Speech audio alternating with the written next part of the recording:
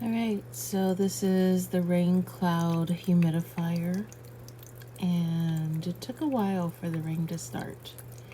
I am going to say you have to have it on something that's really flat and balanced. It looks like the mist, come in closer, the mist from the bottom comes up to this top part of the cloud and creates it to rain.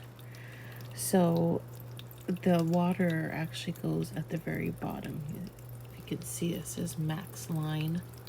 That's where the water would go into. You have a remote, and I'm going to change the color. Let's do red.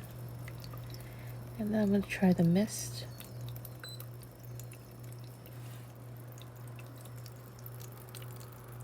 You see that misting. I'll try the green. Maybe you can see it better. Or the blue, not the green. There's two different amounts of mist and two different speeds of the rain. And this is actually the second speed of the mist.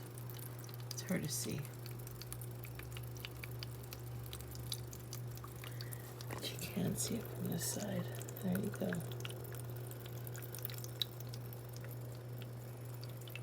Comes with this white plastic sheet to put under it so nothing else gets wet.